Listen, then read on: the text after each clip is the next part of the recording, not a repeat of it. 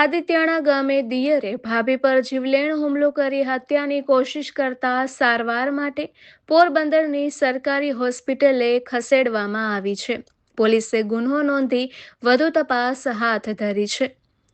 આદિત્યાણા ગામે જૂના રબાડી કેડામાં રહેતા રાણીબેન પૂંજાભાઈ મકવાણા નામની મહિલાએ નોંધાવેલ પોલીસ ફરિયાદ મુજબ તારીખ 20ના તેના પતિ બિલેશ્વર મજૂરી કામ અર્થે ગયા હતા અને પોતે ઘરે હતા ત્યારે સવારે 10 વાગ્યે તેનો દિયર ખોડા પાંચા મકવાણા કે જે છેલ્લા 1.5 વર્ષથી રાણીબેનના ચારિત્ર્ય ઉપર ખોટી શંકા કરતો હતો તે આવી રાણીબેન દીકરીને હિંચકાવતા હતા ત્યાં સંભરામણી કરવા લાગ્યો હતો.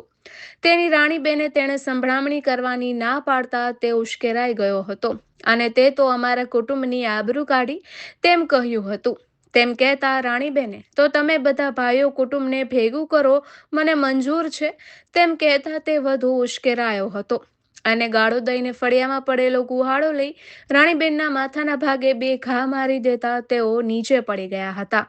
ત્યારબાદ ઊંધા કુહાડાના હાથા વડે 2-4 ઘા મારી દીધા હતા.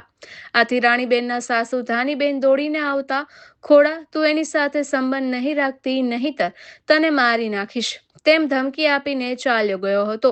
ઈજાગ્રસ્ત રાણીબેનને આદિત્યાણા અને ત્યારબાદ વધુ સારવાર અર્થે પોરબંદરની સરકારી હોસ્પિટલે ખસેડવામાં આવ્યા છે. પોલીસે હત્યાના પ્રયાસ અંગે ગુનો નોંધી વધુ તપાસ હાથ ધરી છે. નિપુલ પોપટ, પોરબંદર ટાઈમ્સ.